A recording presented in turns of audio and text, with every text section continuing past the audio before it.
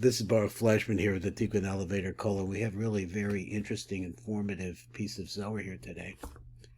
It's on page Kof Pei Vav, for those of you who have this Sefer, in Parshas Toldos. And we're looking at a little piece down here at the bottom of which goes with the words L'Havin Maimer Haba. This is a Hakdama, or a preface, that the Matuk B'Devash wants to bring us, so we can understand some background. Yesterday, at the end of this piece, where we were discussing whether or not the neshama goes into everything, in other words, it's a goof, the concept of goof neshama, which is really the concept of male and female to a certain extent. That is the giving of the neshama into the goof, whether it applies to all reality or just certain things. So the machlokes about this. So over here in the Zohar ended up in a kind of a very unusual statement. It just said, we were talking about Rivka. The original statement was, just going back, it says, here we are. It said, Vahi Yitzchak ben Arboim Shana. Yitzchak was 40 years old. And then it goes on to say when he married Rivka. Then at the end of the piece, now we're on the next page, it says, Bas Basuel. She is the daughter of Basuel. Everybody knows that she had two. She had a brother named Lavan. She's a daughter of Yitzchak, and her father is Basuel. So then the Zohar says, and this is really coming a little bit out of no place, it says, Bas Bito Shel Kael. She's the granddaughter. She's the daughter of Kael. And the Matuk displays, he's working that word Basuel. Right? She's the Bas, and then it says, and Kael. You could see it like that. Bas Bito Shel Kael, granddaughter of Kael. Haina Shechina Nikras Bito Shel Kael. So the Shechina herself is called the daughter of Kael. Understand the Shechina is Malchus. Malchus is at the bottom of the flow, the river, let's say, for coming from up above, and she's the reservoir. So he says, Al Shem HaChesed Shehi Mekabelis, because she receives a tremendous amount of chesed. And anywhere you see the word Kael in Torah, it refers to chesed. V'haguf hu bas ha-shechina. The bas itself is the daughter of the Shechina. So the Shechina is the daughter of Kael, and the body is the daughter of the Shechina. Now that's what it says. And to me, that was a very mysterious phrase. It said it, and we'll go on. Now, we have a little piece here, and I'm not going to go through the medrash that actually they brought. I'm going to come over here and try to pick it up at this point to give us some background on the Zohar that we're about to learn. It's the concept of Siddur base Yaakov Miyavitz Be'inyan Sudas Malava Malko. So let's go after Shabbos. We're eating the Sud of Malava Malko. So he says, Sheyesh Etzim Katin, then they start describing this. There is a small bone, Hanikvas Besuel. He says it's called Besuel. In other places it's called a different name, but here he calls it Besuel. She'enim is Rakev Lo'olim, it never rots. The Fi Shuhu Etzim Pashut, because it's a very simple bone. Sephiri, it's like a sapphire, Ke'etzim HaShemayim, like the really essence of the color of heaven. L'tohor, because of its purity. Kula Machsha, the whole thing is very hard. Machsha achas, it's like one element that can't be broken up into pieces, and it's one hardness. Ve'ena nitan and nitach lo'olim, it never can be crushed or broken up. The fichoch hu chazak hakiyum, so therefore it is really, I'm not sure exactly what this means. Chazak hakiyum means it's strong to sustain itself. In other words, it's self-sustaining. V'nikra Besuel, and it's been called by this name, Besuel. And so they're going to ask us the gematria. So he says the Besuel, which is a gematria of 439, is the gematria of the word mace, dead. Chaser achas, which is missing one number. So mace is 440, and Besuel is 439. So he says, V'hu Ramah, it's a trickster. It's a trickster. It's a Ramai, like a Ramai. Ki nira kames beguf, it looks like it died with the rest of the body. Beguf hames, with the body which is dead. Kashar atzmos, like all the other bones. Oh, it looks like another bone.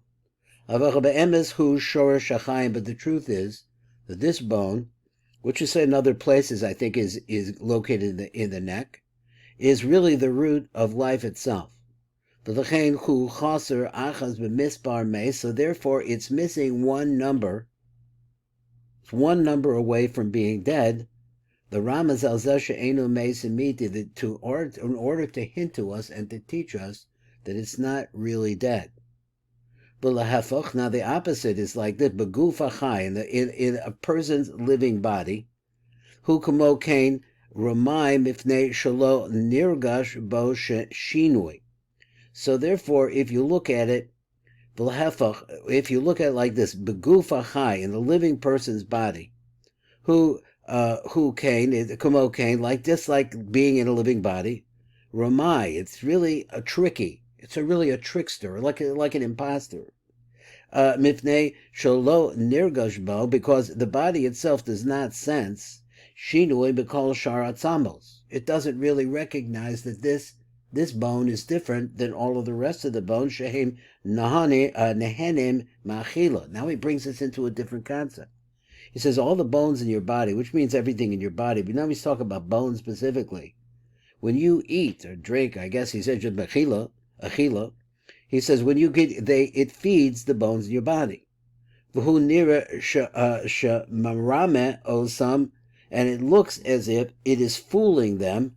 B'mashe be'emes eina nehene klal mehamazon ki'ilu hu meis. So let's say like this: this bone does not get any sustenance from the food you eat, but nonetheless the rest of the bones in the body, they think it does. And the reason why it doesn't get any sustenance is because it's really everlasting. Machshiyuso, it's hard, it's tough. And it lasts, no matter what. It comes out. So therefore, because of this fact that it's not affected by temporal things. Let's say in this culture we have to eat 3 times a day. So therefore you have to have food for 3 times a day, and what are you feeding? You're feeding all the other bones in the body, but not this one. So it's missing one mispar mace, from the count of mace. In other words, it looks like it's dead, but it's not. The choros, that in order to teach us, alzehu chai beguf mace, umace beguf chai. So that is, it's alive in the body of a dead person, and it looks to be dead in the body of a living person. Can we hear that? Let's hear it again. Hu chai beguf mace. So it's actually in a body that is dead, and the bones are no longer being fed in anything. This bone remains alive. Umace beguf chai. But if you looked at the bones of the living person, it doesn't look like it does anything. It's not recognizable that it's anything different. But this is what it comes out. That how is it fed? It's fed by the meal that you have on Motzoi Shabbat. If you didn't think the meal after Motzoi Shabbat was important, well, here it is. Shabbat. Shehi ne'achalis, because at that meal, this bone eats al sovea, until it's really filled, satisfied, sated. But all of what it receives doesn't get transferred to all the rest of the atzamos haguf, of the bones of the body. So in other words, what is eaten on Saturday night feeds into this bone, but not into any other bone. But we're not here talking about the fact that they're, so let you have a delicious sandwich of some sort, or you make yourself a whole feast. But he says that, but that's not it. It's not the physical food that you're eating, but rather, and this is a really important idea, and this is why I try when I have time to bring us the Rishash to give us just a little bit idea how we can focus on the kavanah, because what's supposed to happen on Saturday night is your kavanah that there is a mitzvah. Mitzvahs are not food. He says, "Rak nehenda rak mekavanas a mitzvah, for the kavanah that you have, that you want to do this mitzvah, and this mitzvah is going to feed this bone. Kisud ezeh enu rak l'shem mitzvah bilvad, because all it is a mitzvah. It's not for the purpose, meaning it's not a mitzvah is a serious thing, but it's not to feed you. Ein sham." Okay, so then he says, because of the savior of the tour. Let me see if I got the right place. Yeah. And he brings a site reference. Teda v'taskel. So you should know, you should understand, mamutza, the origin of this idea. Because this bone, and you have to think about some of what happens here in this story. The story is Esav, which is really the symbol of death. He loses his birthright and he loses the bracha from Yaakov. Why? Because Yaakov tricked him. You're going to call this tricking? So he says that Esav doesn't realize that Yaakov is a different kind of person altogether, and a person whose essence does not die. Is that what it means? Okay. So anyway, the warrior of the Daber, because it's a trickster, it's a fooler. That's the same case, but the Yetzer Hara. The Yetzer Hara is the big trickster. So he says, so here is a bone that could trick the trickster. And this is the last bit of really high-level thinking I have to do. As the original man ate from the Eitz Das, he didn't get anything from it, because it was a spiritual being and it was something physical. So it's really to think about that particular piece. Now let's go over here on the Zohar, and let's see, it's on page Kuf Pei Zayin here, and let's see what we can see what the Zohar says, reading the Zohar and the translation from the Matak Midrash. Let me get it down over here a little bit better. There we go. Rav Huna Amar. Rav Huna said like this, Kachu. So this is what it is. Kachu Kamosha Amartu. This is what you said. He says, Shabbos Besul. That phrase that we had at the end, the daughter of Besul. Who is the daughter of the Besul? Hainu Haguf.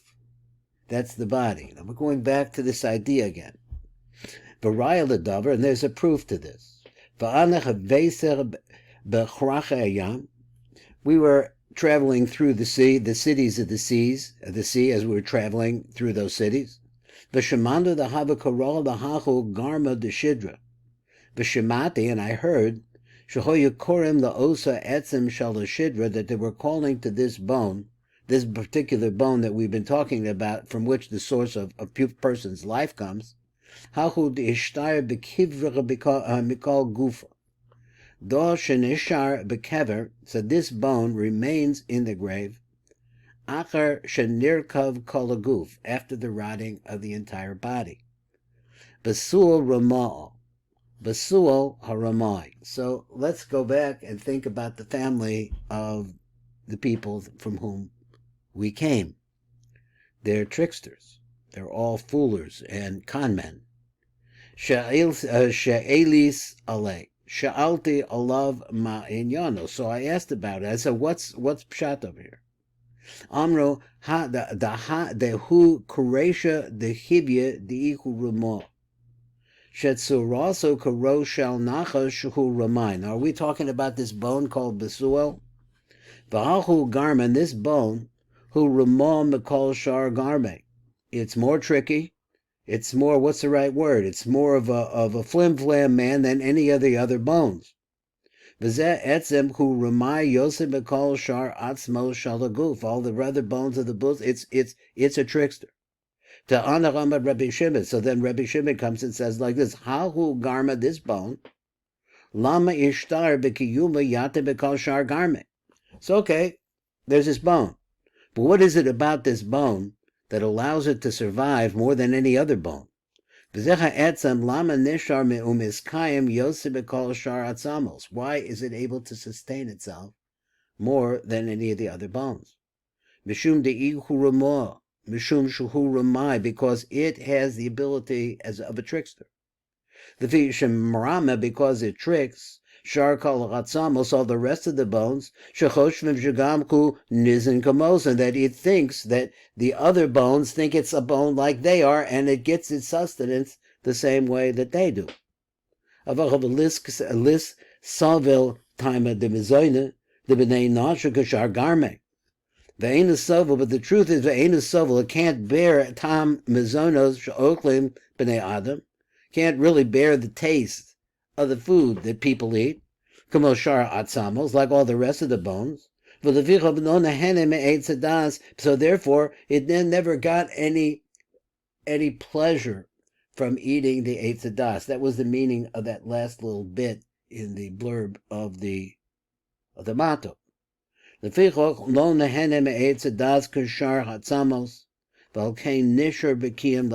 so therefore, so it sits, it remains, and it's not touched. And that's the reason why it wasn't affected by eating of the Eitz Hadas Tova raw. So he says like this: the eating of the Eitz Hadas Tova raw actually replenished or brought strength into the bones of Adam Rishon and Chava. So what does it mean? It means that it nourished them. But this bone didn't get anything from it because that's not the nourishment that it needs. So let's go on. Uveginei kach, and for this reason, hu takif mikol garmi, it's tougher, it's stronger than all the rest. For the kain ku chazak yoser mikol atzamos, v'hu lehebe ikra, the gufa is b'nei minei, because it becomes like a root. V'hu yihya ikra. So as a result of it, it's not like the living force that keeps the bones of the rest of the body to go together, and therefore, v'hu yihya ha'ikr v'shorish shahaguf yivne b'mene b'techiyas, amazing that the body will be built from that at the time of the revival of the dead. Hadahu dechsiv. Now this is the meaning of this phrase. Let me see where I got. Hu dechsiv bas basul ha'arami. She is the daughter of this Basul, who is the Aramaic. So it's interesting, the word Aram, and we learn Aramaic. He says it's the language of the switch of the Ramai. It's Lashon Ramai, a trickster. Pirush haguf hu bito shel osa ha'etzem. He says that the body of a person is really the child, the daughter of that bone, Hanikra Basul ha'arami, who is called by this name, Basul ha'arami. It's the bone. So let's hear what he says. The Vatana on Rebbe Shimon, who Ramai. So the Vatana Rebbe Shimon wants to say this bone is the trickster. Zeha etzem hu Ramai, ki marama shar hatzamos. Once again, he's repeating, because it fools all of the rest of the bones. Lefi she'ena nehene mishum mazon, because food itself does not give this bone sustenance. U'ma'olam ramai, and he remains like that. U'ma'olam etzem zel hu ramai me'ez sharima hanachash as adam rishon, and therefore this bone which does not receive sustenance from human food, therefore he says it remained a ramai me'ez sharima hanachash, from the time that the nachash tricked Chava and Adam Rishon as Adam Harishon, the time he tricked him. So that's what really made this bone different from all the other bones. Az etzem zecharim nachash, and then this also fooled the nachash. The nachash fooled Adam Rishon, and this bone fooled the nachash. V'zesha kosta v'shakem yetzachara deihu ramai, and this word says that shahu shachen, so that it dwelt. V'chaver yetzachara shuhu ramai. So he says shachen means a neighbor. I guess that's what it means. It's like the neighbor, like the companion of the Yetzirah. The Yetzirah is a ramai, so that this bone can fool the fooler. Just like we see the Yetzirah is the nachash, the what's the right word? The enticer to taiva. So he says that's the nachash. Rima as a Adam, and that nachash was able to fool the man, a Rishon, b'achidas eitz hadas. He ate the eitz hadas, and as a result of that, it went to all of his bones except one. Kain zeha etzem. So it was that this bone, Rima as hanachash, it fooled the nachash itself. Below the henem eitz hadas, and it didn't get any pleasure, any enjoyment, no fulfillment, no sustenance from the eitz hadas.